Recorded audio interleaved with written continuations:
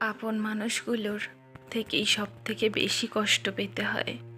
কণ্ঠে আমি ঝুম, মাথার ওপর যে শূন্যতা তার নাম আকাশ। বুকের ভেতরে যে শূন্যতা তার নাম দীর্ঘশ্বাস। যতবার ভেবেছি তুমি ছাড়া আমি শূন্য, ততবার মনে পড়ে গিয়েছে আমি ছাড়া তুমি পূর্ণ।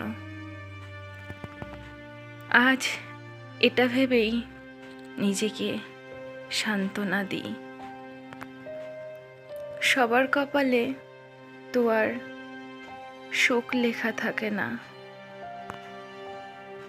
আমি তার কাছেই হেরে গেলাম যাকে সবচেয়ে বেশি মন থেকে চেয়েছিলাম।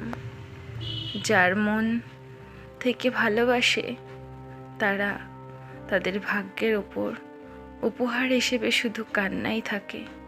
তোমার সাথে কাউকে কথা বলতে দেখলে আমার খুব হিংসা হয়। তোমার কাছ থেকেই তো শিখলাম কি করে মানুষ এত তাড়াতাড়ি বদলে যায়।